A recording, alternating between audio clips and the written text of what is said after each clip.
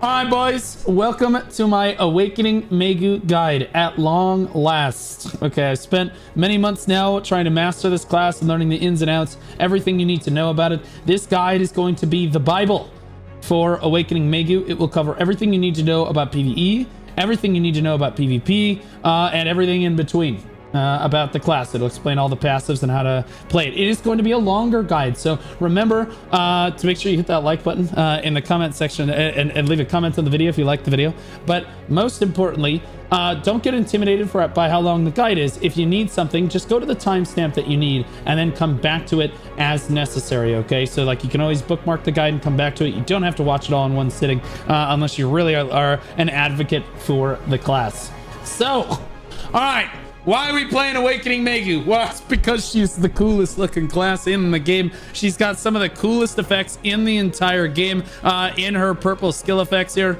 And she is absolutely one of the coolest to play, for sure. She's a super badass class, does a tremendous amount of damage, but it's also very difficult to play. Part of the reason we're making this guide and part of the reason I felt it was important to make this guide is because the developers have made a beautiful work of art masterpiece of a class spec here.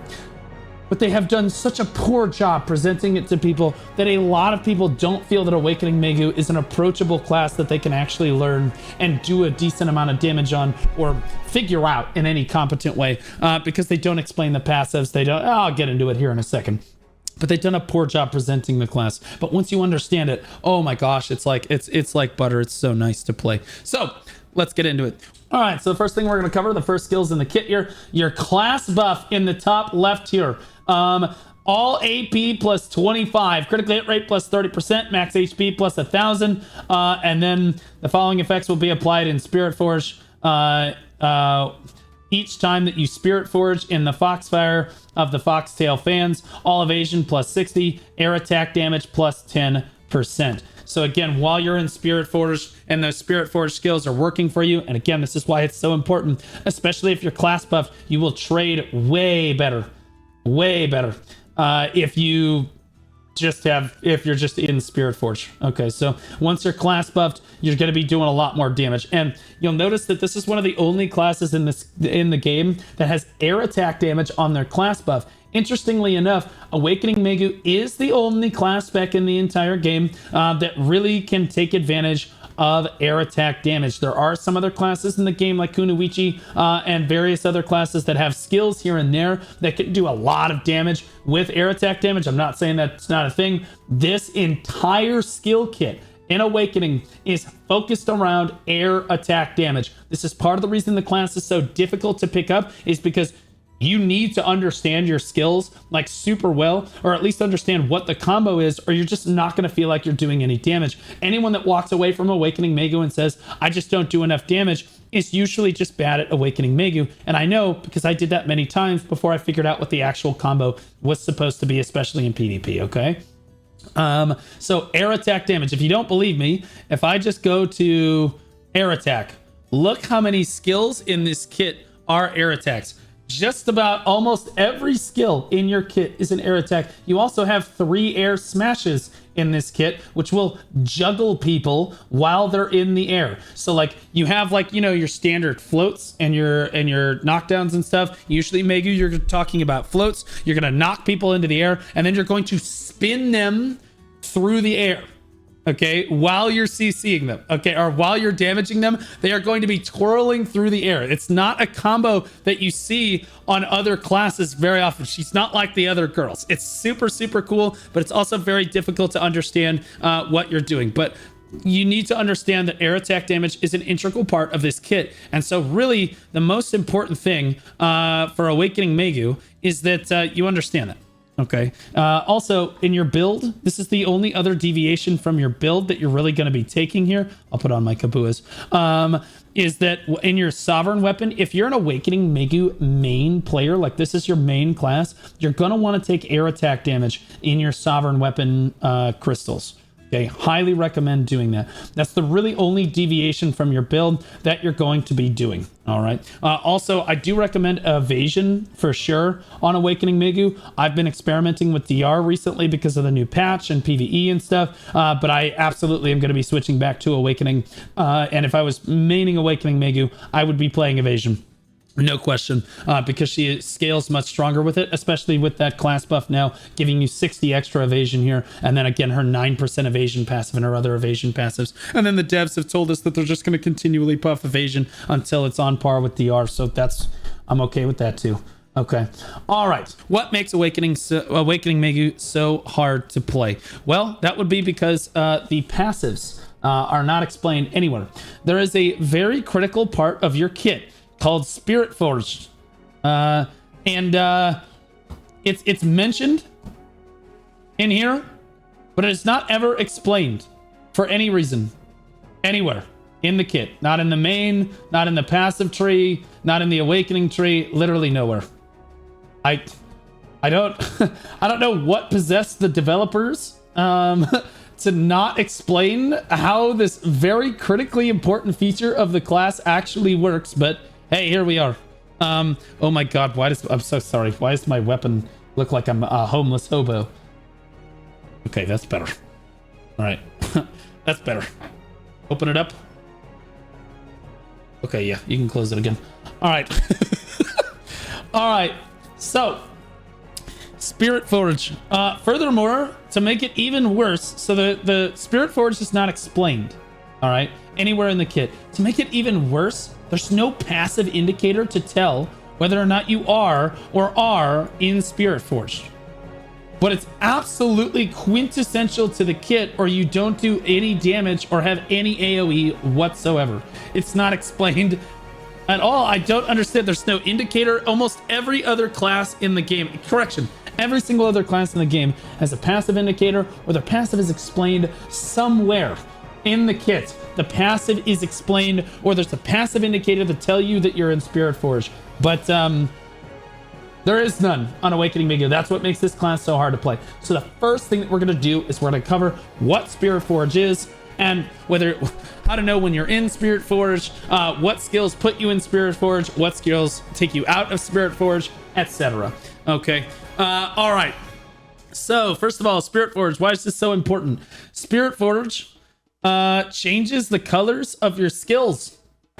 That's how you know whether or not you're in it. So if I do this, you notice that was like a lighter pink. That was like a lighter pink situation right there. But if I do that was a darker pink. Okay. This is why this class is so hard. That's how you know whether or not you're in Spiritforge, is that the skill is slightly darker colored. I'm not joking. It has more AoE and it is slightly darker colored. It is extremely difficult to tell whether or not you're in Spiritforge, especially if you're not accustomed to the class. Now, once you get used to it, you can tell very quickly whether or not you're actually in Spiritforge, because look how dark the skills all are when I'm in Spiritforge like that. Ooh, very cool. Ooh, cool. Yes, very nice. Versus if I were to just use it normally, look how much less AoE there is. It's a lighter pink. There's not as much going on there, right? So like it's supposed to be like this visual indicator, but for people that play on lower graphics settings, or even people that aren't like squinting at their computer, even for me when I started, very difficult to pick up. So like, how do you know when you're in and out of Spiritforge? Okay, so this is going to be kind of a complicated concept, all right, but I'm going to try to boil it down to make it as easy as possible for new players. The way I have the class set up and the way I'm going to teach you to play the class, if you don't want to worry about Spiritforge and whether or not you're in it, you're not going to have to, because that combo that I'm going to teach you will always keep you in Spiritforge all the time. You're not going to have to worry about it. But once you get to PvP, you're going to have to understand how to get yourself in and out of Spiritforge as necessary. I say out of, but you really almost never want to leave it, okay? So like, I'm going to keep you in Spiritforge all the time, all right? But the skills that keep you in Spiritforge: Shift Q, Ember, Ember Claw Finale, I believe it's called. Your shift Q in Awakening will give you Spiritforge. Okay, easy peasy, simple enough. Ember Claw Crush, your E. This is not a very good one. It does put you in Spiritforge, but your E will put you in Spiritforge. It's unprotected, does a lot of damage. Good in PvE, terrible in PvP. Okay. WRMB also puts you into Spiritforge. This is Hazy Path. All right, Hazy Path, and this is the important one.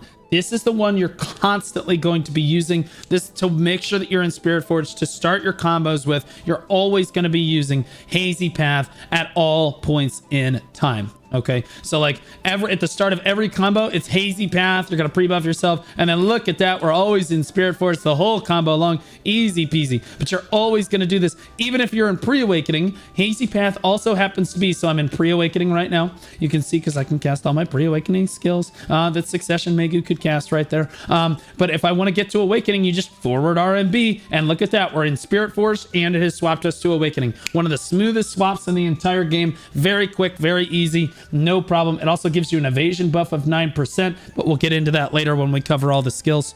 Let's see what else. Your jump LMB, your Fox Flare Ambush, also puts you, or it's called your F, but you can jump LMB to proc it as well. Will put you in Spiritforge. Your F will also just put you in Spiritforge. They're both the same skill, but you can proc it with 2 different key inputs. In fact, I'm going to put the key inputs on the screen so that everybody can see what I'm doing, because when I get to the combo section, you guys are going to poop your pants if that combo is not on the screen in front of you. So you can hit F. Okay, and that will put you in Spiritforge. Alternatively, you can jump and then click left mouse button, and that will put you in Spiritforge. This is one of the only ways to get into Spiritforge when you're out of combat and try to stay in Spiritforge. Okay, so you can jump like this. You can keep doing it. You can just keep doing it like that. Okay, and it's super fun to do. Super fun to do. Okay, there's also Ember Claw Torrent, your shift right mouse button, also a frontal guard. Looks like that. Okay, that will put you in Spiritforge as well. And so will Ember Claw Slash, which is your shift left mouse button. This skill you're usually using in the middle of your combo. So like even if you screw up your combo, again, I have organized this combo so that even if you mess up the combo, in the middle of the combo, you will put yourself back in Spiritforge. That's because I am also it's okay. I mess up all the time too. It's totally fine. Okay, totally fine. Another thing about Ember Claw Slash that's really cool, you can cast it with just by tapping LMB after other skills. So after Q, you can just tap LMB and it will cast Ember Claw Slash. You don't have to tap Shift LMB. If you want to raw dog this skill, yeah, you're gonna have to Shift LMB. But you can cast it after almost any other skill in the kit. Twirling Fox Flare LMB, like that. Okay, and that's really useful because it puts you in Spiritforge. It's really nice. All right, so that's how you get into your passive. And that is a critically important part of the entire kit. I suppose right now, I should have probably gone through all the skills first, but screw it. I'm going to finish the Spiritforge explanation now. Damage amplification while in Spiritforge. A lot of your skills, if they don't put you in Spiritforge, their damage is amplified while you're in Spiritforge, okay? And that's why this is such an important thing. You're gonna do way more damage when you're in Spiritforge. You're also gonna have way more AoE on these skills as well, okay? And pretty much every skill on the left side of your screen here is gonna do this for you. So Fox Flare Cleave, this is your Q. Okay, your Q will absolutely do more damage, have more AoE in Spiritforge. Twirling Fox Flare, which is your primary DPS. Your Shift F. That does more damage when you're in Spiritforge. Please bear in mind, if you are not in Spiritforge, these skills will not put you in Spiritforge. And again, there should be an eye indicator on the screen at some point in the guide that shows you all of these skills in order here. Twirling Rhapsody also does more damage in Spiritforge. So you can see it's a lighter pink right there because I wasn't actually in Spiritforge before I used it right there. It's a lighter pink. It doesn't quite have the same effect. But if I were to get into Spiritforge and then use it, you could see it's slightly more AoE and slightly darker purple on that one. So Yeah, Twirling Rhapsody, one of the best skills in your entire kit. So absolutely recommend. We're going to be recommending to use that basically all the time. Okay, Fox Flare Flashe. This is your RMB. Okay, also happens to be an air attack, but we'll get into that. More on that later. Your RMB, which is one of your pre-buff skills, it also gives you critical strike chance, which is extremely important. Will also do more damage if you are in Spiritforge. Hence the reason that on the right side of your screen here, you can see I use WRMB and then RMB. Okay, so WRMB and then RMB is the combo because RMB is a skill that is amplified when you're in Spiritforge. If you're already in Spiritforge, Fox Flare Ambush is much faster. So if I'm in Spiritforge like this, you see how much faster it comes out like that. The Fox Flare Ambush is your jump like this, and you can see it's a little bit slower there if I'm not already in Spiritforge and pumping here. But if I am in Spiritforge, whoa, man, it's just instant. It comes out right away when you hit that F button, and it is so responsive. It's one of the best catches in your kit. It's also great in PvE at getting behind mobs, so there's that too. But again, you have to be in Spiritforge in order to make sure you're getting the most out of that skill in general. Fox Flare Stroke. This is your SRMB. Okay, your SRMB, and this is a super important skill that does a lot of damage because it gives you an all AP plus 20 buff, which is why you see it on the right side of your screen. It is a pre-buff. It is set up that way for a reason. So you just SRMB gives you a plus 20 AP. It'll also do more damage again if you're already in Spiritforge, hence the reason that we forward RMB, followed by RMB, followed by SRMB. Okay, those are your 3 pre-buff skills, but again, we're going to get into that a little bit more later. I'm just trying to kind of cover what keeps you in Spiritforge, what puts you in Spiritforge, etc. Fan Kick also puts you in Spiritforge, does more damage in Spiritforge, which is your SLMB. Fan Kick is SLMB. And Twirling Retreat, which is your SF. Okay, so SF. To make this really easy for you guys, like, oh my god, it's so complicated, there's so many, there should be an indicator on the screen showing you all of those skills listed out, but I'm just going to make it easy for you.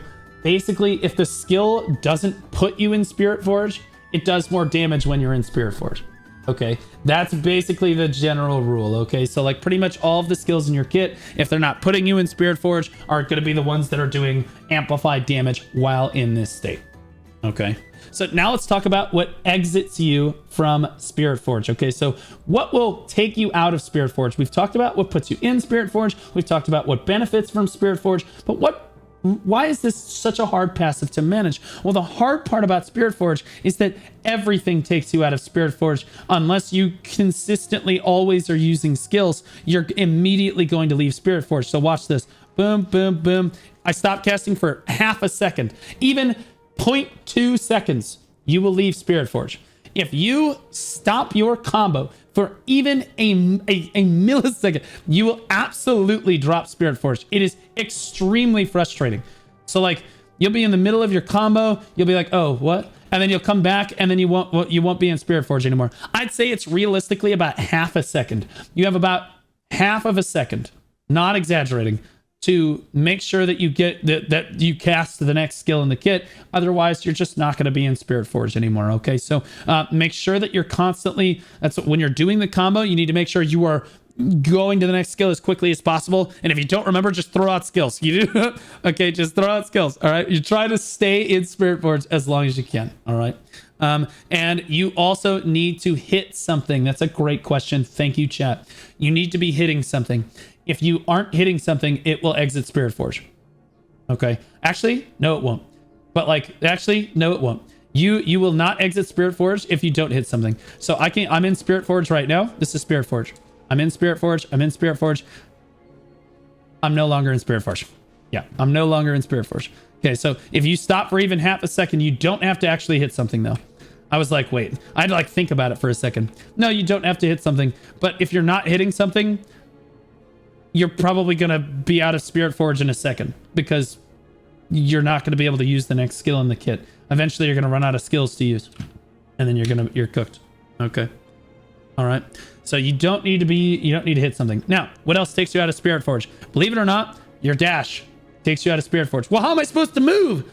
Great question. We're going to explain this a little bit more with the chain dash later. But your forward dash, backward dashes, your shift dashes right here. These do not take you out of Spiritforge. But the side dashes, the A or D shifts, these will take you out of Spiritforge. Okay, so you never want to do this. No good Awakening Maegu side dashes like this unless they're panicking. Okay, you don't want to side dash like this. All right, it's not very good because it takes you out of Spiritforge. There are some instances where you can get away with side dashing, like if you want to get in PvP, you want to get right in behind your opponent, then flip them up in the air with a quick fan kick or something. Maybe you could argue you could do that, but it's easier to just hit F. You know what I mean? Screw it. It's easier to just hit F. But regardless, your side dashes will absolutely take you out of Spiritforge. All pre-awakening swaps will take you out of Spiritforge. So if you're in Spiritforge and then you swap to pre-awakening, we're going to talk about the swaps later. But if you swap to pre-awakening and then you swap back into awakening, you are not going to be in Spiritforge when you come back. Okay. So basically, in order to stay in this, you need to use one of the skills that puts you in Spiritforge, like WRMB, and then you need to consistently be using skills, and you will just remain in Spiritforge the whole time. There's the ultimate right there. You'll just remain in Spiritforge. As long as you keep casting skills, you'll be in Spiritforge the entire time. But you need to make sure that you're always casting skills, because they, boom, I'm immediately out of Spiritforge the moment that I take a break, which makes her about a mid to higher APM style class. She's not like crazy APM, but she is definitely up there in terms of APM requirements. You're going to have to work harder than you do in Succession, no question. Okay, so the other passive that we're going to cover is Twirling Crane. This one at least has a skill description on it. Okay, this is an extremely complex passive, okay, but it stacks.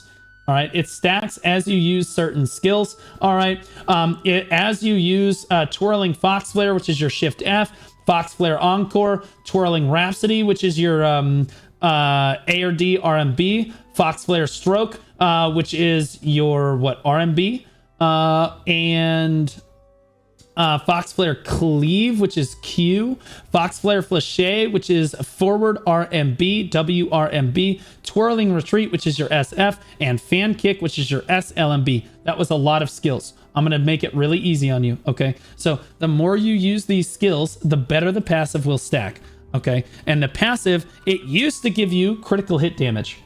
As of the new patch, it only gives us AP. This was a massive, massive nerf. I'm going to be honest with you. You do a lot less damage without your critical hit damage on the passive. But it's still worth it to make sure that you consistently keep this AP up.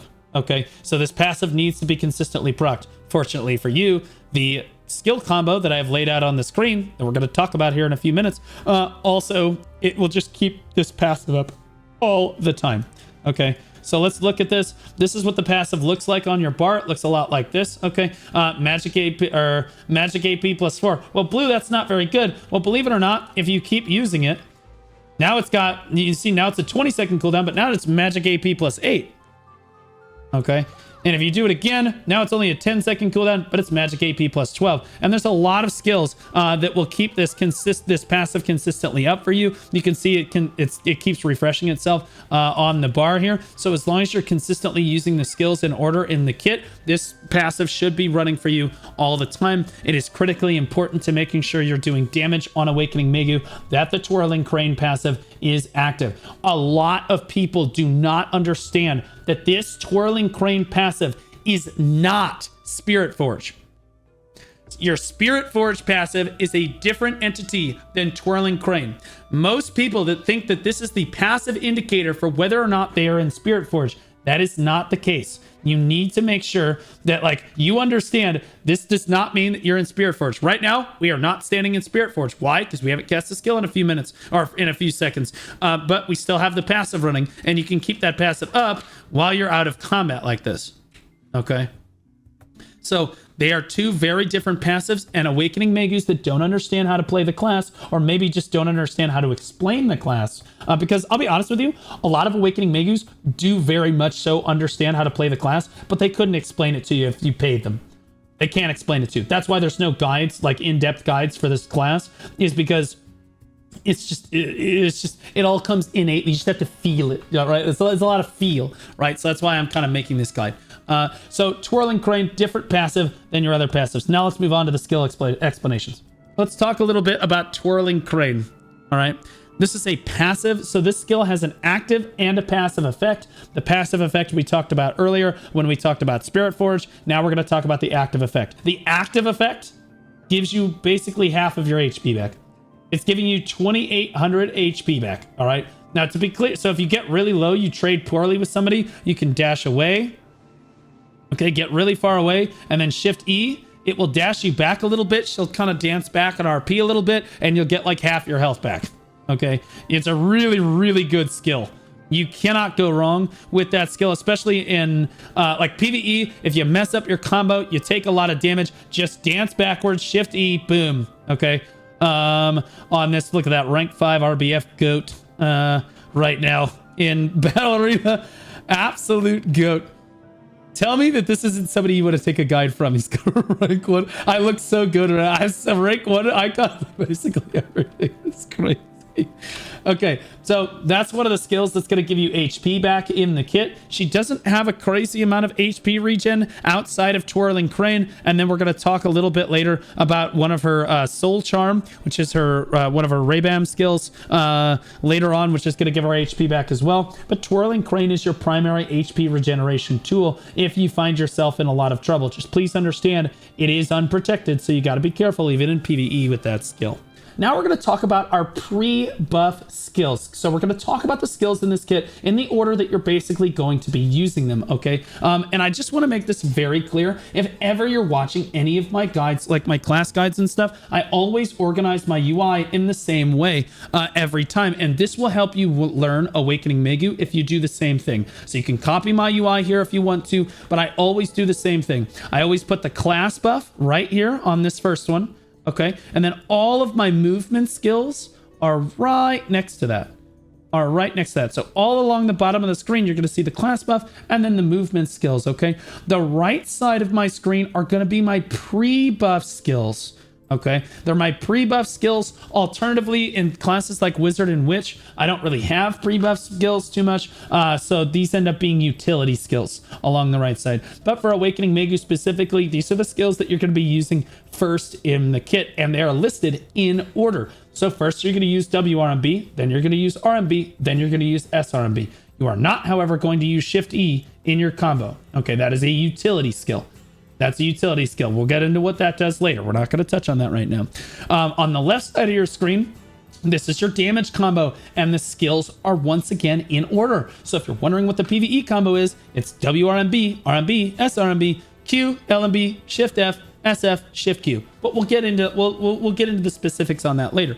But like, you're basically using these skills in order, and then here's your filler skills on the left side of your screen is ARD RMB, Shift RMB, SLMB, and then E. Those are your filler skills that you're using to kind of fill in when these skills are kind of on cooldown here.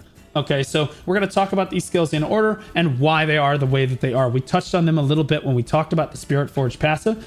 WRMB, RMB, SRMB. Look how many buffs I have running across the bottom of my screen. WRMB is Hazy Path. The reason you're using this first is it's first of all, it's protected. I frame into super armor, so can't go wrong there.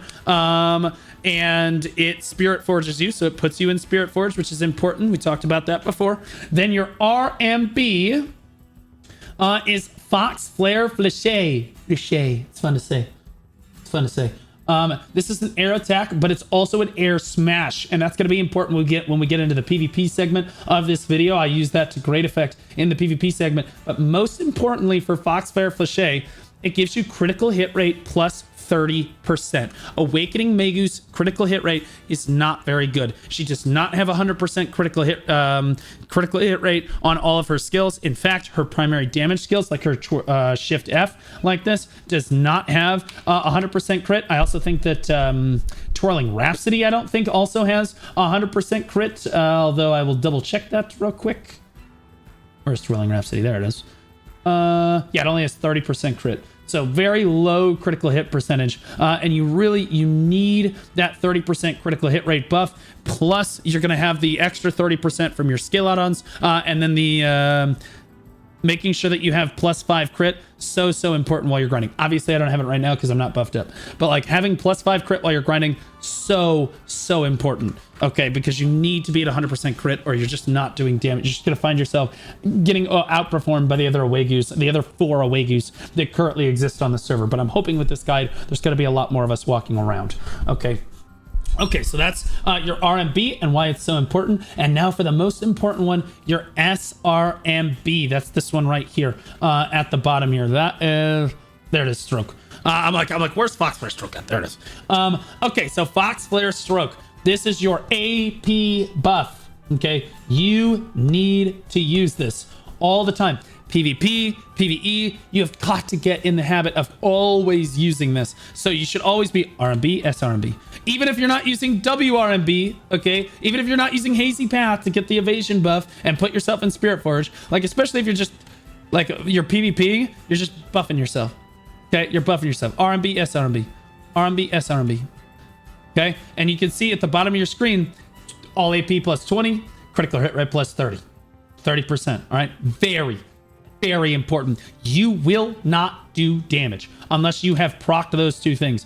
Especially in PvP, you're not doing any damage unless you have those 2 things running.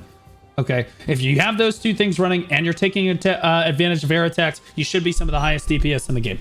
But like, if you don't have those running, you're gonna find yourself coming up short, no matter what. Okay, Q, Fox Flare Cleave. This is a float and an air attack. Obviously, it's just good damage. Please understand this is an unprotected skill. Part of the reason I use it as one of the first skills in the kit is because it's unprotected. And usually whatever mob area you're grinding at, they haven't turned around and actually started hitting you yet. But Cleave is really good damage, so you want to get it off early in your kit. It's also an evasion shred, which is really good. So you want to use it early as that evasion shred in your kit. So no matter what skill damage combo that you choose to use, you really need to be using Cleave relatively early on in your kit. The next skill we're going to talk about is Ember Claw Slash, and this has a flow on it as well. There are some times when you want to use the flow for Ember Claw Slash and sometimes when you don't. In PvE, you absolutely do want to use the flow. Okay, so we're going to talk about this here. Okay, so Shift LMB, that's just the normal Ember Claw Slash right there. That's what it looks like. Okay. And you can see, actually, I was doing PvP last night, but the core skill for the class should be on Ember Claw Slash. Your shift left mouse button. For PvE, you should have your core skill on Ember Claw Slash. All right. For PvP, you're going to take Twirling Rhapsody, but again, we'll get into that later. All right, so this is where your core skill needs to be every single time in PvE if you're going to do it, mainly because it keeps you protected all the way through the skill. Very important. Okay, so you notice if I hold Shift LMB, boom, boom, she does an extra swipe back the other way. You really want that damage in PvE. If you aren't using that extra slash in PvE, you're going to find yourself coming up short. In PvP, however, you really never want to use that second slash because it just takes too long to come out. It's only forward guarded and it's really not it's really not super great. So in PvP, you're going to see it boom, boom. You're only going to use the first slash right there, and then you're going to go right into your Shift F here. Okay, but in PvE, the combo, boop, boop, boop, Q, LMB, you're going to wait for the second one to go through, then you're going to Shift F, right? You're taking your time a little bit more. So the PvE combo is going to take a little bit longer to come out on this one. But Ember Claw Slash, certainly a great skill. Certainly a great skill, especially if you're in Spiritforge. All right, now we're going to talk about Shift F. This is Twirling Fox Flare. This is your primary damage in the kit. One of your highest DPSs in the kit. You need to be careful using it in PvP because it is a forward guard into a super armor. Boom, you see it's SA at the end, but only forward guarded at the beginning. In PvE, this is probably your highest DPS skill. Pretty much without question, assuming you have 100% crit, or you can get it to 100% crit. It's absolutely incredible. Interestingly enough, Twirling Fox Flare can actually be cast after you use the Fox Flare Ambush. That's your F skill that we talked about before. But if you just hold F, it will just continue casting it. The problem is you're not in Spiritforge when you do that for some reason. You should be. You should be, but part of the reason the class is very difficult to play is it doesn't always This is a bug, in my opinion. I think this is a bug. This is not supposed to be happening this way. You should be in Spiritforge, theoretically. After holding F like this, you should be in Spiritforge, but you are not. So, like, I don't recommend holding F like that after casting... like, I don't recommend holding F to cast your Twirling Fox Flare, mainly because... Again, you're not in Spiritforge. Now, if you're in Spiritforge before you go into it, like let's say you're doing a damage combo on the mobs and then they turn to face you and you just want to hop behind them like that, that's the perfect time you want to use that. So in PvE, it's not to say it's not completely useful, but in PvE, it is useful. If the mobs turn and face you and the mobs are really spooky and scary and you don't want them looking at you and you want to try to get that back attack damage and you know you're already in Spiritforge, you can just tap your F and then just hold it down and it'll save you some APM. It's still useful. It's just not, I don't recommend getting in the habit of doing it necessarily. Still, great skill. SF. This is one of my favorite RP skills in the entire kit. It's called Twirling Retreat. It is a full super armor. It does not do any CC. It does not do any CC at all, but she looks really, really cool. So you SF, boom, look at her. Look at her.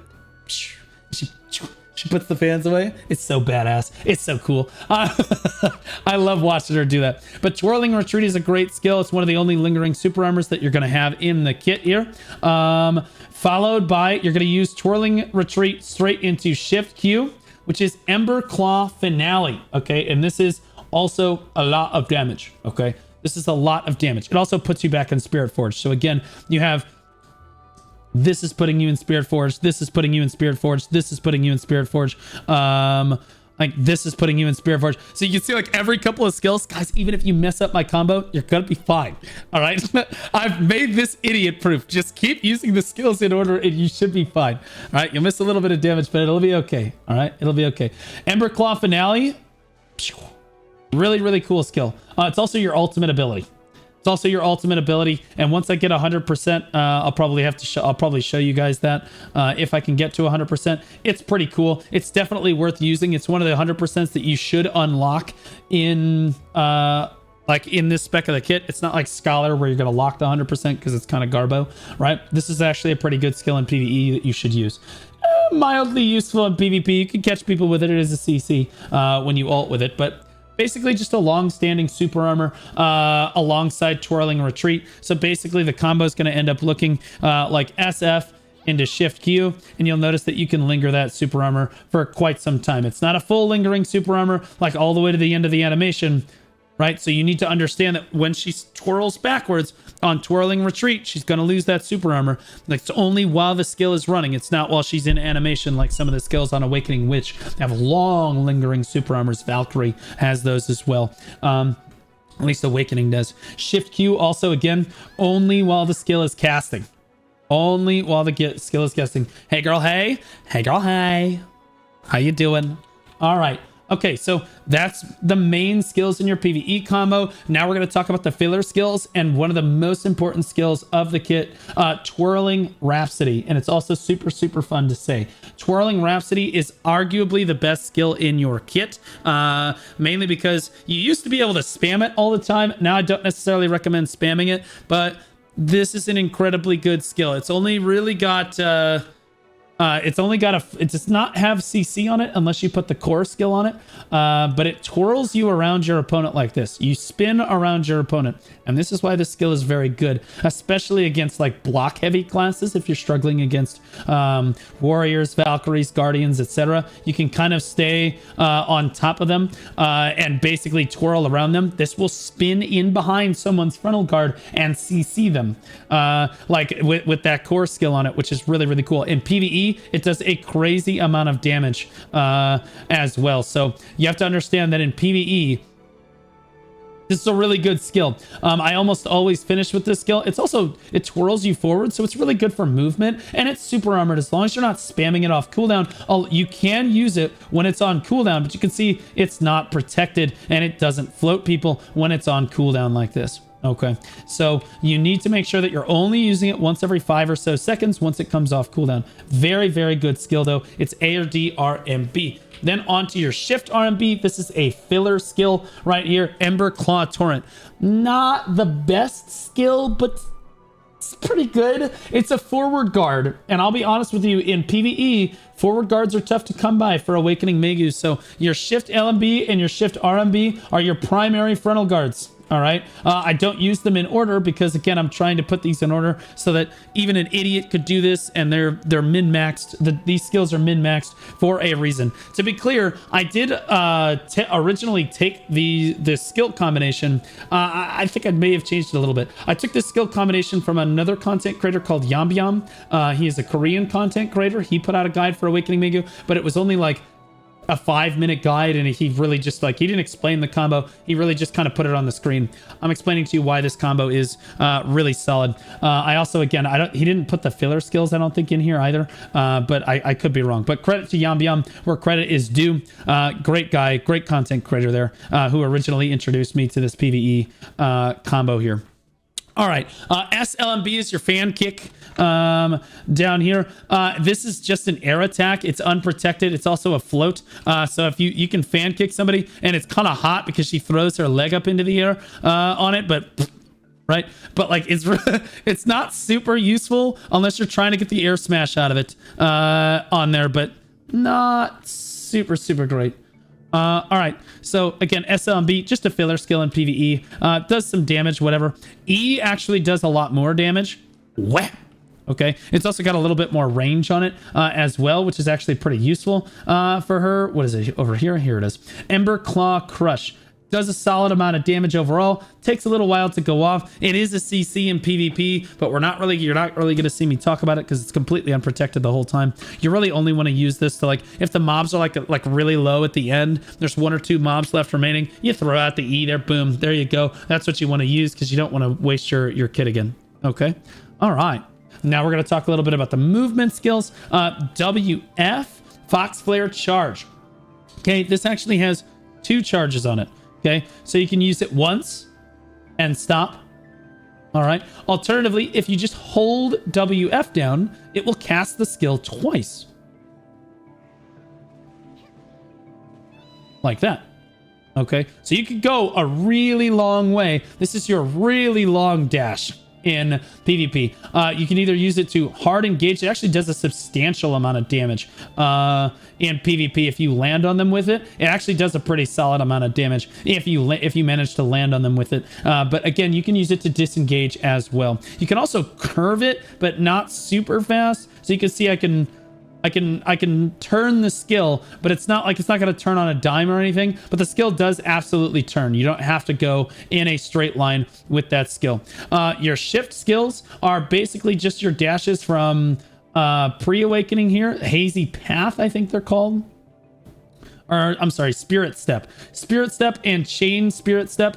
You're just holding shift and dashing. They have a little bit of a different animation in Awakening. So you can see that they look a little bit different than they would in Pre-Awakening. In Pre-Awakening, they've got a bit with the red, they've got a little bit of flare on them. In Awakening, they're a little smoother. They've got the black and the purple in there. I will warn you that a lot of people get caught up. They dash around. You can use these when they're off cooldown, and they end up, boom, you see one of those was unprotected there. So like if you end up dashing like this way too frequently, these are not protected when they're off cooldown. So if I can get one, yeah, see, one of those was not protected. So I got to use it right before Chain Shift came off cooldown. You need to be careful if you're spamming it all the time. In PvP particularly, you're not really going to be using a crazy amount in PvP. I forgot to talk about that earlier. We'll get to it. We'll get to it in a second. But yeah, your shift and your chain shift are your primary shift dashes and your movement skills. Please understand that using chain shift forward and backward is a lot smoother and does not take you out of Spiritforge like we talked about before. F is your Fox Flare Ambush. We talked about that. Whoop, right there. You can also use it to escape with. So if somebody's chasing you, you can jump away from them. We're jumping, we're running, we're jumping. Okay, all right. But it will lock onto targets if you are facing them. Okay. So you never want to use your side dash like this. You never really want to do this. And most Awakening Maegus know this. You don't want to do this. Okay. And the reason you don't want to do this, can any Awakening Maegus in the audience tell me why you don't want to use the side dash like this? The A or D shift. Like this. Any other Awakening Maegus that actually know how to play the game? You exit Spiritforge. That's right. That's right. That's why that guy's a fucking moron. That's right. You leave Spiritforge when you do that. It's also really slow and clunky and feels like shit. You leave your passive when you use the side dash like this. You actually leave passive when you do that. So you have to go back into Spiritforge if you try to side dash, versus if you forward and backward dash, you will not only go further, but you will also not exit Spiritforge. Okay. Okay. So like, again, it's better if you need to dash around on Awakening Maegu, you really need to get in the habit of turning your camera where you want to go and then dashing in that direction. Okay. You don't really want to side dash like you do on Dark Knight. Dark Knight, and this took me a while to break this habit. You don't want to do this. If you want to go right, you turn your camera right and then forward dash. Look how much further we move, and it keeps us in Spiritforge. So that's how you want to dash in order to move around on Awakening Maegu. In your pre-awakening kit, there's a skill that is WQ. Soul Tear. Thank you, Maegus. Yeah, WQ. This is a great skill in pre-awakening because it's a movement skill. It's a full super armor, and at the end it is a stiffen, if I remember correctly, but I almost never use it for the stiffen. Usually I'm using it to run away. But yeah, it's a stiffen, just like that, but it's a lot of distance. So like if you be running for your life, okay, you can use your forward F, run away, okay, dash a couple times, okay, shift Z behind you like this, and then WQ, and then WQ this way. You can get a lot of distance out of this if you're using your pre-awakening kit as well as your awakening kit here. But Soul Tear is absolutely a super great skill you can also use. All right, now let's talk about your main hand tree. Okay, you are never going to use this in PvE. All right, if you find yourself having to use pre-awakening skills in PvE, it's because you have fucked up. All right, it's because you have messed up in a major way. All right, so there are two skills that you're gonna lock in this pre-awakening kit, so we're gonna go to them first. Absolute Soul Snare needs to be locked. This is your F in pre-awakening. Okay, so let's unlock that so you guys can see what it looks like. This is what this skill looks like. You're like, oh, but that's a good skill. Yeah, but here's the problem, and we're going to get into this with the pre-awakening to awakening swaps later. If you lock this skill and you're in I'm in pre-awakening right now. If I tap F in pre-awakening with this skill locked, it actually puts me in awakening and uses Fox Flare Ambush instead. Much better. Super good. So make sure that Soul Snare is locked. That's very important to have locked there. Also, Heavenward Dance, your forward R and B needs to be locked as well. So if you're in pre-awakening, this is what this skill looks like. This is a great skill in succession. Not so great if you're playing awakening, because if you lock Heavenward Dance, you can use forward RMB, and that will put you back into, you guessed it, awakening. It will also Spiritforge you. Okay, it will also Spiritforge you. F should also, your Fox Flare Ambush should theoretically Spiritforge you as well, but I wouldn't count on it because Fox Flare Ambush can get kind of buggy a little bit, because that's it's not the best. Not the best. All right, so those are the two skills that you're going to lock. Aside from evasion roll, you're also obviously going to lock this evasion roll. You're not going to be using that at all on this. So what skills are actually useful in this pre-awakening kit? The only things that are useful in this are really only useful in PvP. So we're going to talk about a little bit of the ranged damage. Like, this is the only way that you're going to be able to get any range out of your kit at all, because awakening doesn't have any range in the kit. Your SLMB, your Bared Claws, this is a forward guarded range skill that you can pelt people with from very far away. I think this is probably the range right around here. Pew, pew, pew, pew, pew. Boom. Yeah, I see it hit him right there. So yeah, that's definitely the range right there. Bared Claws is a pretty good skill. You can also use your A or D. Actually, I'm sorry, that's not Bared Claws. That was SLMB is Spirited Away. Yes, that's it. Thank you, chat. Thank you. All right, so Spirited Away. Bam, bam, bam, bam, bam. Okay, forward guard. Really cool skill. Another skill that's really useful is Bared Claws. That's the next one we're going to talk about. That's A or D LMB. Okay. And you can see it shifts you. It moves you. It moves you. And it's also a forward guard when it's off cooldown. Not very bad. You can also pelt people from range with this. You can throw Bared Claws into Spirited Away. Not bad. You can also then use Shift Q to follow that up. And that's one of the next skills we're going to talk about. Your Shift Q in pre-awakening is Fox Flare, I think it's called. Yeah, it's called Fox Flare. Shift Q, ranged knockdown, really good. It is unprotected, but you're gonna catch people unawares because most people understand that Awakening Maegu is a melee class. You're supposed to be CCing people in melee range. They're not expecting this. So if you see an opponent that is constantly being unprotected at range, you can swap to pre-awakening and smoke them with a really quick Fox Flare, like bam, and then try to jump on them like this and get all over them with your PvP combo. Okay. So that is still an extremely useful skill to be using there. That's it for the most part for your range skills. There's a couple more, but yeah, they're less useful, but that's basically it.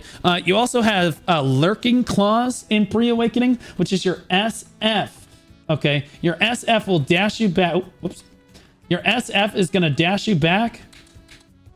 Oh, and then you have to tap F at the right time, and then it's going to do a third. This is why no one ever uses this. But if you're in Pre-Awakening and you tap SF and then you tap F again, you can see it teleports you behind your target. It's not super useful because it only works when you hit the target. Not that great, but definitely worth mentioning here. Boom, boom, boom. Yeah, just like that. Super armored. You do get behind the target, but I'll be honest with you. You have Fox Flare Ambush. The reason no one uses this is you could just tap F and it's a float on its own. You just can't go wrong. Fox Flare Ambush is the best catch in the game, or it's one of the best catches in the entirety of Black Desert. So you might as well just use that instead. You also have SRMB. So when you come into Pre-Awakening, you're looking for two things, okay? And because you're probably PvPing. You're either looking for super armor rotation or you're looking for range damage. All right, and we talked about the range damage there. There's also super armor that you can use as well. Okay, you can use SRMB. Okay, is a super armor, which is that's Petal Blast. Petal Blast. So Petal Blast is your SRMB like this. Yep. Okay. And then Petal Swirl, which is your Shift F. Okay, this is a long super armor. Okay, one of your best skills in your succession kit. Okay, one of your highest DPS skills in your succession kit. Still very good in your awakening kit. So you can absolutely linger SA for a pretty long time in succession before having to go back to awakening again. If you have to buy yourself some time, it's not bad at all. There's also Shift LMB. Okay, your Shift LMB in Pre-Awakening is called Petal Play. This is a float, but it is unprotected, and I do not recommend using it. It is technically there, and you can catch people with it, but it's actually not very good. I don't recommend this. Look how slow this casts. It's very frustrating, but it is an AoE float. If you can get it off, hey, man, more power to you. More power to you. Okay, so that's most of the Pre-Awakening kit that you're actually going to be using here. Overall, the rest of these you can use them, but they're either unprotected or not super useful overall when you're in the awakening format. A lot of these pre-awakening skills when you're in succession, if you played succession Maegu before, they're going to have more protection on them in the prime version. They're going to have more damage on them in the prime version. You're going to want to stay in awakening the majority of your time, especially PvE 100% of the time. In PvP, maybe you're using your pre-awakening 10% of the time, but I will tell you the difference between a good Awegu and a bad Awegu is one that really understands how to use that pre-awakening kit in conjunction with the awakening when it comes to PvP. So, okay, skill enhancements. All right, so you can take what you want with this. I took the protected ones. I took these first two here. Spirit Parade, I took the super armored one. This is your Shift X. It's not any damage or anything. It's just a quick super armor. Very importantly, I'll explain what these are for in a second. Shift Z is just a frontal guard here, and it is range damage. So not the worst skill in your entire kit, but I like using Shift Z as well. The reason you're using these is we're going to talk about your pre-awakening swaps in a moment. If you're in awakening and you're trying to get to your pre-awakening stance, your Rabam skills or your Rabam skills, however you want to say it, are the best ways to do this. Okay, your skill enhancements here are the best ways to do this. Shift X and Shift Z. So if I'm in the middle of this, I need to back up here and then I need to protect myself, boom, you can go straight into pre-awakening with that with those Rabam skills like that. So Shift Z again, boom, now we're in pre-awakening and we can start pumping Spirited away. Then we can do Bared Claws, and then we want to go back into awakening again. We can do that one more time. Okay. So again, these are some of the best ways to get to pre-awakening in your kit here.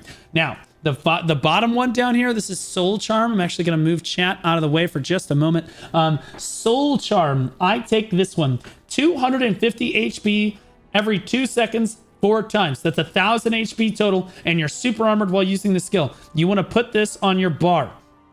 Okay. I don't have very many things on my hotbar. Actually, oh, there we go. You see on the right side of my screen, I don't have very many things on my hotbar. I have my class buff, and I have that skill exactly. Soul Charm, and that's it. You don't need to put very much stuff on your hotbar for Awakening Maegu in order to be functional. You can choose to put more stuff on there if you want to, but I don't recommend it because you end up coming out of Spiritforge more frequently. Either way, between your crane, your Shift E, Twirling Crane, I think it's Twirling Crane, yeah?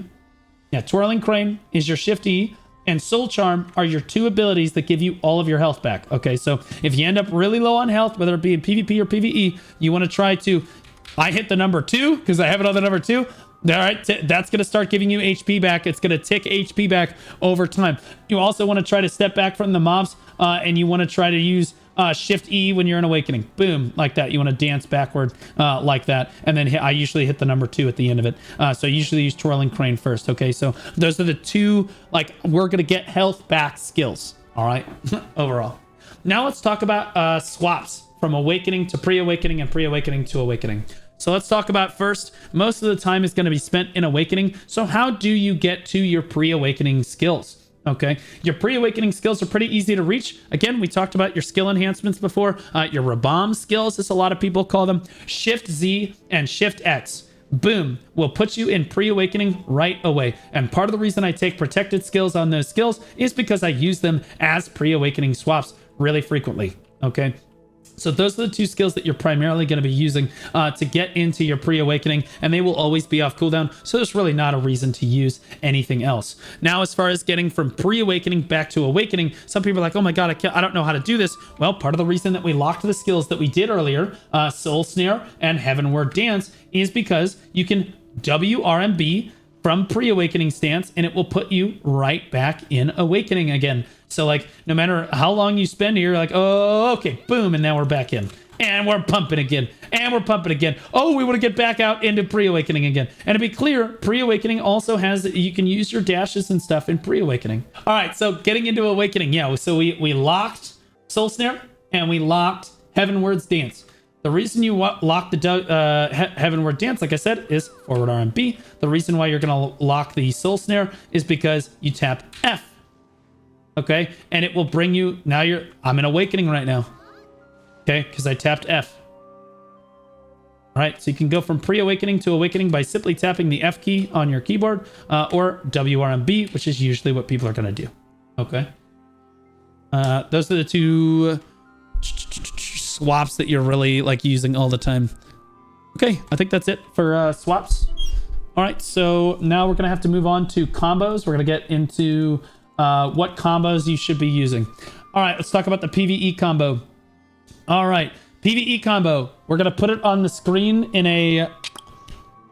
We're gonna put it on the screen in a big long line. Okay, but again, I'm gonna tell you, my UI is set up to make this really easy, so because it's so overwhelming to see all of the different skills that you have to use in order. I understand how it is when you're learning a new class. Like, oh god, then what's the next one? I recommend, again, put the letters underneath the skills and put them in order. Put them the way that I have them so that you can always remember. It makes it so much easier to learn the class. Okay, so we're gonna do... You're gonna see me use these 3 skills. Then you're gonna see me use all of these in order. Then you're gonna see me use these. Okay, that's how this works. All right, boom, boom, boom, boom, beam, bada bing, bada boom, bada bing, bada boom, bada bop, bada bop, bip, bip, bop, boppity bop. Okay, all right, that's how it is. That's all it is. How do I put the letters? Hit K as in Karen. Quick cooldown slots. Actually, no. Skill cooldown slot down here. Click this button. Skill cooldown slot. Then you can type whatever notes you want in here. Okay, I'm actually just going to put class buff. Okay, boom. And you can see class buff comes up underneath the skill right there. And if you want to see what my UI looks like, like this. I'll let people look at this real quick. 1, 2, 3, 4, 5 across the bottom like this. 6, 7, 8, 9, 10 on this right side. 11 through 15, 16 through 20. Here's my Black Spirit Rage and my PvP right here, and then my HP and my stamina. I try to make this as clean as possible for people. Okay. All right. So that's the PvE combo. It's really simple. You can just keep doing it. All right. Skill add-ons. All right. These are the skill add-ons. They are up to date as of 7/29. That is on the new patch. So if you're wondering, are these up to date? These are absolutely up to date. I'm also going to have a skill add-on guide coming out later today. If you're watching this way in the future, don't worry about it. But if you're any class and spec in the game, I'm going to teach you how to make skill add-ons for any class and spec in the game. Please understand, these skill add-ons here are very specific to the combo that I am using. Okay, as all of your skill add-ons should be. You should not just be copying someone's skill add-ons and they don't mimic, you're not even using the same combo they are. It's not going to be very good. It's not going to be very efficient. So again, that's why I'm going to make a guide later that shows you if you're using a slightly different combo, you can look up that guide. It'll probably be linked in the video description if you want to make your own skill add-ons for a Maegu. You're wondering what I use for PvP and PvE. I went through this pretty extensively last night. I actually like these add-ons for both PvE and PvP. These are totally fine. Maybe you could make some minor changes to it here or there, but I'll be honest with you, there's a reason I have them positioned the way that they do. They're kind of all purpose overall. That's why, again, we've got accuracy on Twirling Rhapsody there. You don't necessarily need that in PvE, but it's really solid in PvP, and it can't hurt in PvE, I'll be honest with you, at the end of the day. So, like, it's just really good. So, yeah, these are your great skill add-ons if you need them. Now let's talk about crystals. Crystals for PvP, or PvE. Okay, I have a tremendous amount of gear. You've got to understand, I've got 802 gear score. I meet caps at every single grind location in the game without really any AP buffs at all. I could just be standing in town and have more AP than Orzekia even really requires. Okay, so I don't really need it. So this is what, and I recommend, if you don't know what crystals to run, that guide that we're going to link in the video description that shows you how to do your skill add-ons, it's also going to show you how to make a crystal, a set that is correct for you. Even if you're a new game, mid game, end game player, whatever situation you need, I'm going to show you how to build your crystal page the way that you need to. But this is my end game crystal page. This is what I use. You do not need to use this exact setup. I have very tanky crystal setup because I'll be honest with you, Awakening Maegu in PvE is extremely difficult to play early on. When you're new to the class, guys, I'll be honest, it's hard. It's a hard grind because you're still trying to understand the passives. You're trying to get the combo down. She doesn't have a crazy amount of frontal guards to work with. If you don't understand how to jump behind the mobs super well, you're going to take a lot of damage. So making sure you're a little bit on the tanky side to make sure that you're going to be safe is a good thing. I will argue that for a Maegu, because she's so good at getting behind mobs, you could argue that Crystal of Mysterious Darkness is a better setup than Corrupted's at a lot of spots. But I'm grinding at Darkseekers and the mobs are they're kind of all over the place. So you could argue that those are really solid there. Okay. All right. But these are the crystals that I use. Now for PvP, you need to understand things you are lacking on Awakening Maegu: accuracy and critical hit rate. All right. She is not a very accurate class. Even on the new patch, you're going to struggle to hit people unless you bring at least a little bit of accuracy. Hence the reason I have these L-cars here. This is a full balls to the wall, human damage, AP crystal setup. I'm even using the Bong Wong's tier. This is the offensive tier. Most people in PvP are not using that tier. They're using... So they're using this one. This is going to give you a lot more defensive stats overall in PvP, and overall would be the one that I would recommend if you're going to do PvP consistently. I would put that one on, but I'll be honest with you, I'm confident enough in my abilities that screw it, I could use the extra damage, so I put the Bong Wong on because everybody one-shots us anyway as a Maegu, so it is what it is. Human damage is going to help you tremendously. I use red spirit crystals up here, red battlefield karmes, red battlefield vipers are the best, and make sure you have 2 vipers in there too, and then again the 4 Macalods in here, and then the Olukos are excellent as well. But again, Crystal of Elkar, you might find yourself struggling for accuracy even with this crystal setup, and if you do that, you need to just take off one of these gins right here, and you need to put on an accuracy crystal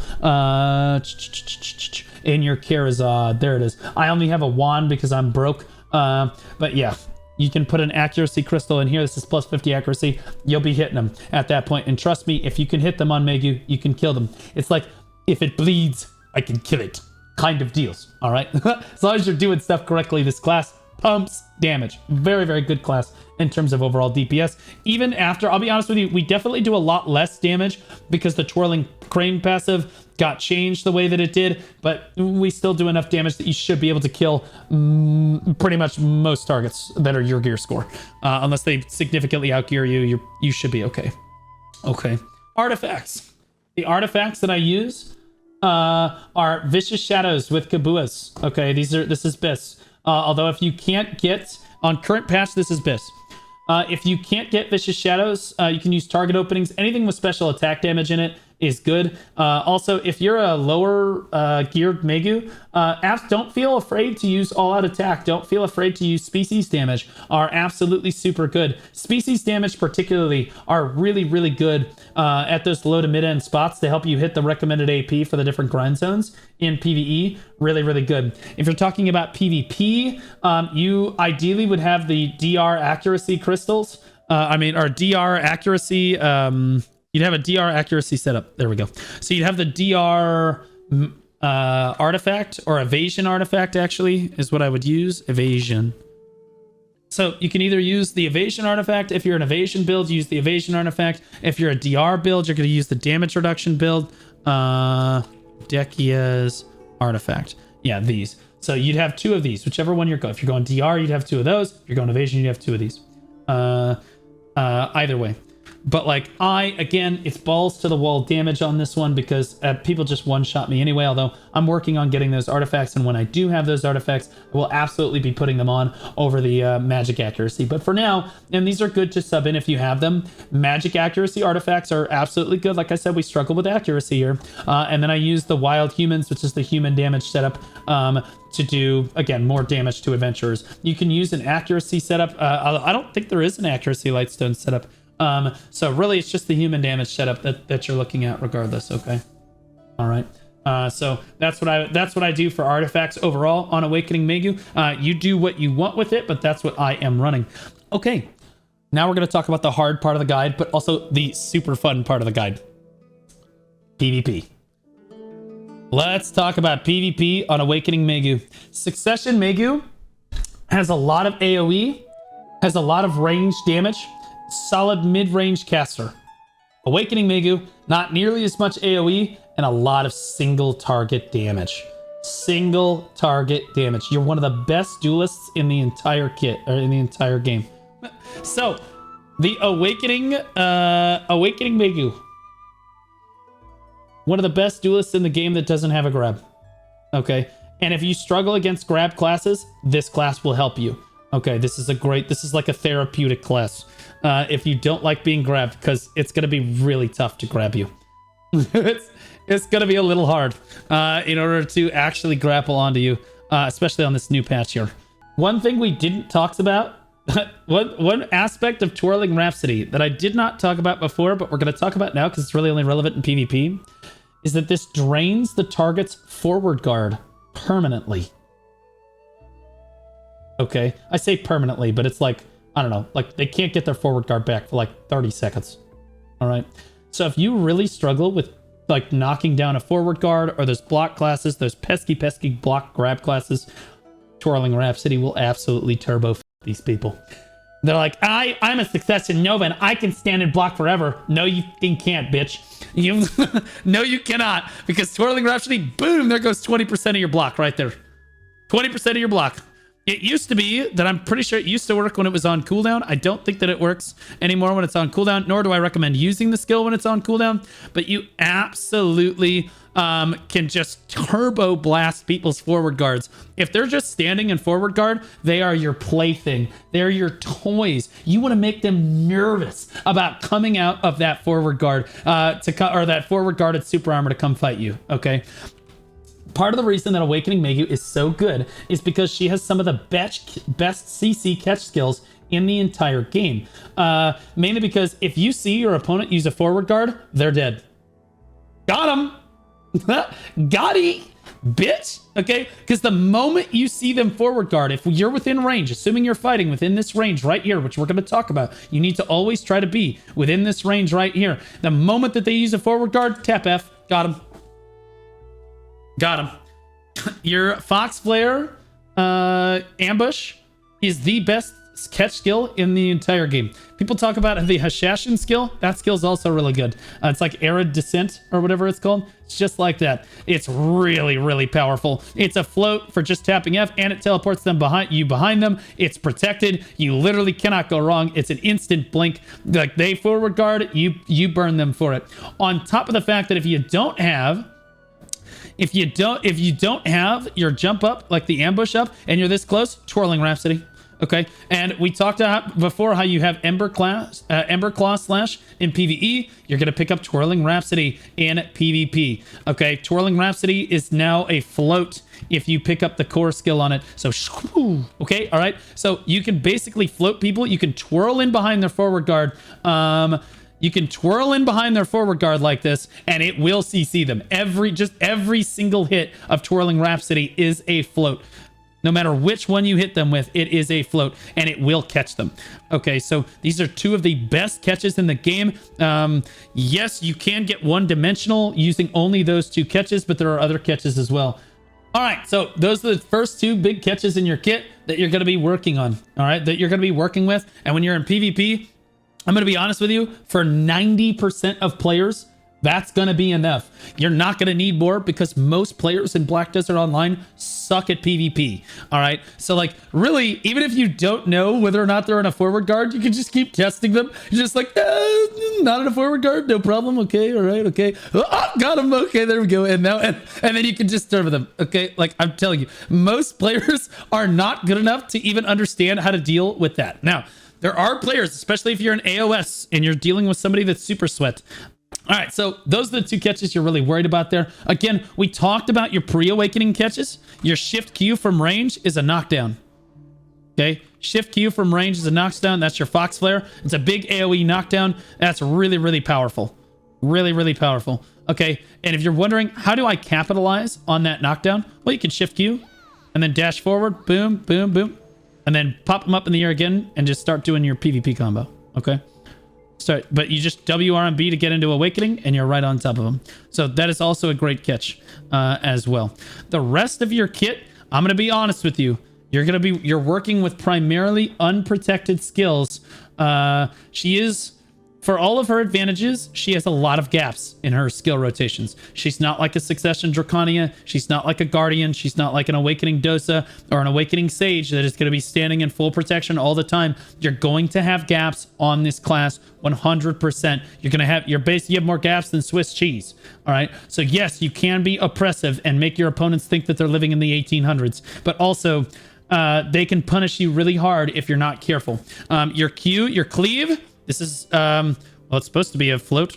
No resistance, by the way. Okay, yeah. It's supposed to be a float. There we go. It's supposed to be a float. It is a float. Okay. Your Q is an unprotected CC, and it comes out really fast. So if you can't catch somebody, if maybe this doesn't catch them, this doesn't catch them, you can try to throw that Q in there. See if you can catch them with a quick cleave right there. But remember, it is unprotected, so you got to be careful with that. Your Shift LMB, Ember Claw Slash, which I'll be honest with you, most of the time you're casting with LMB. So your LMB, your Shift LMB, Ember Claw Slash is also a float. Okay. This is also a float, but it's unprotected. All right. Very, very unprotected skill. All right. Got to be really careful. You're going to get caught out of that every time. Do not recommend using it. Interestingly enough, the flow is protected. So the second slash of it is protected. In PvE, it will...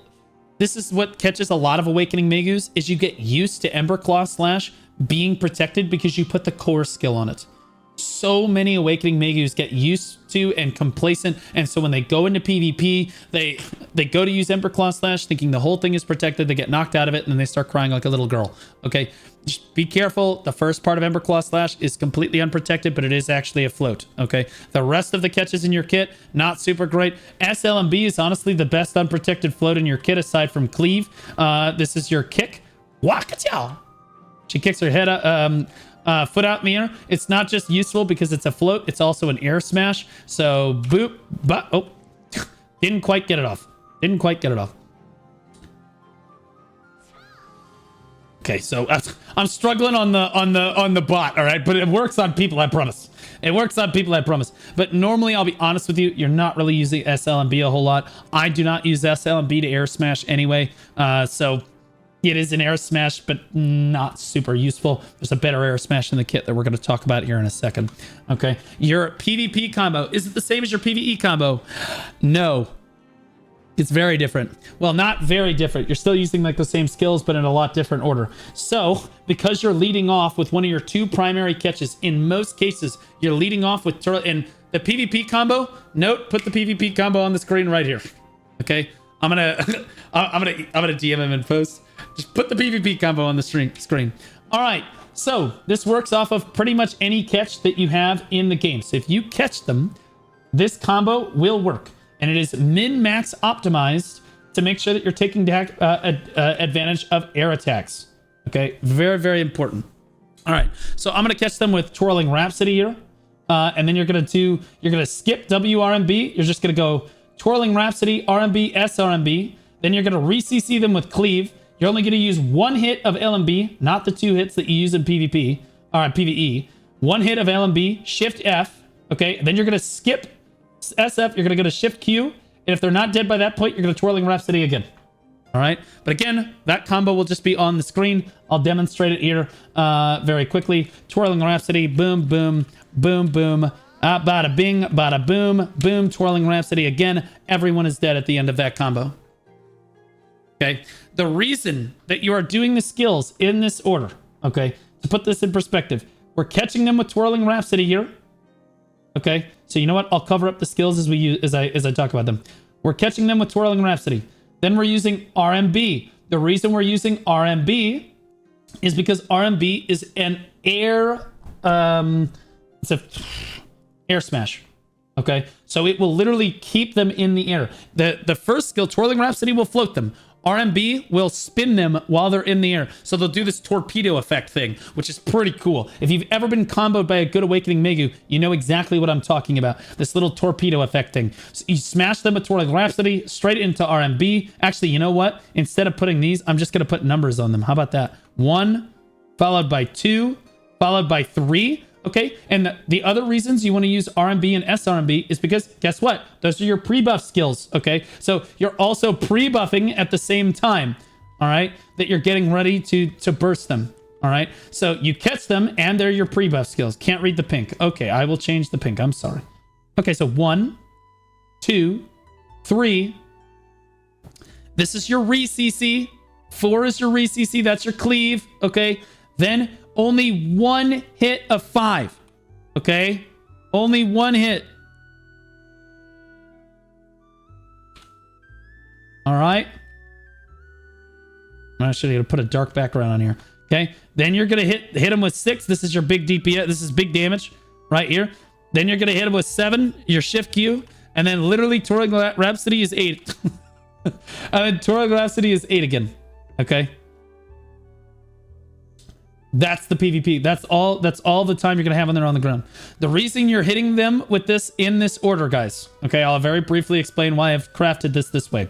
Like I said, we talked about Twirling Rhapsody first. That's the catch. You can also catch them with any of the catches in the kit. And then you're just going to start into RMB, SRMB, okay? So you catch them and then go into the combo, all right? RMB, SRMB are your pre-buffs and also the air smashes. Q is the re-CC. LMB is quick damage, very fast damage. Shift F is a down smash. So you can actually get giga value. In addition to air smashing them one time, you can also get that second CC and then down smash them additionally. These fuckers are going to be on the ground for like 4 seconds. They're just going to be incapacitated for like 4 or 5 seconds at least. That's why you'll get if they get down smashed, you will get a chance to use Shift Q. Okay. And then you'll be able to use Twirling Rhapsody again. Okay. All right, that's the PvP combo. That combo will kill the shit out of anything. Anything that is remotely close to your gear score. I tested it on my buddy Swaggy Panda last night. He put on a full, like he had full DP crystals on. He had bitterness, full hooms. He was as much DP as he could get, crystal setup wise. And then he has Wailing Fallen God armor, and I was able to turbo him. Like it wasn't even bam, just blew him up. Okay. If Obviously, if you don't have 802 gear score, results may vary. All right. But assuming that you do the combo correctly, it's very important that you should be okay. Important things to note. I said this before, I'll say it again. When you're PvPing on Awakening Maegu, you need to constantly, when you're out of combat, RMB, SRMB. Always. Just get in the habit. Get in the habit. RMB, SRMB. Because you're getting, look at all the buffs on the bottom of your bar. Look at all these buffs. RMB, SRMB. Can it kill a full DR virgin crystal build? No, those people have never had sex in their life though, so you've already beaten them before the fight began. RMB, SRMB. You see critical hit rate and all AP plus 20. If you don't pre-buff before doing things that will make this combo not work, not pre-buffing. If you don't pre-buff, if you don't use RMB, SRMB, you're fucking dead. Or I mean, like they're not gonna die. You're gonna find yourself, I'm doing damage. I'm doing damage. You're gonna complain the whole time. It's gonna be terrible, like a 5-year-old. Okay, you're not gonna do any damage because none of your stuff is gonna crit. It's gonna feel like crap. You're not gonna have enough AP. It's gonna be miserable. Also, if you don't land the air smash, you might not kill him. But I'll be honest with you, they should probably die anyway. They should probably die anyway. The RMB air smash is crazy. So if I were to do this, yeah. So like if you miss the air smash, it's not the end of the world. Okay, it's not the end of the world. You can't get on top of them, especially if you use, I use the second part of LMB there. You really don't want to do that. In PvP, Ember Claw Slash, you really only the first one because you can cast it. Look how fast this comes out. Q, LMB, Shift F. Look how quickly that comes down. Okay, and compare that time